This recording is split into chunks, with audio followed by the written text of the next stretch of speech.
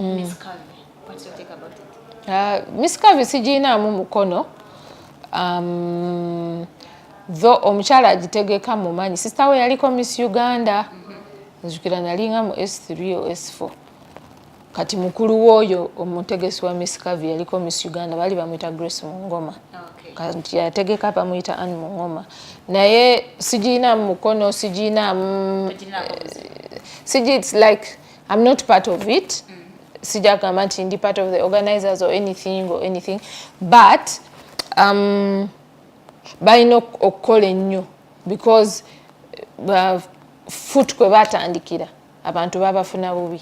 Kati bo bennyini be balina okukola ennyo okudisprovinga n'okugyawo that perception abantu gye balina about pageant yennyini. Naffe ffennyini kitutwalidde ebbanga okugyawo perception ate nga tennagwerawo ddala abantu gye balina about Miss Uganda. Naye ate bo being that it is their very first time, then nekiba nga kibaleetedde all that negative publicity. Naye nga yo nga pageant siginaako buzibu kubanga gyeri pageant eri international.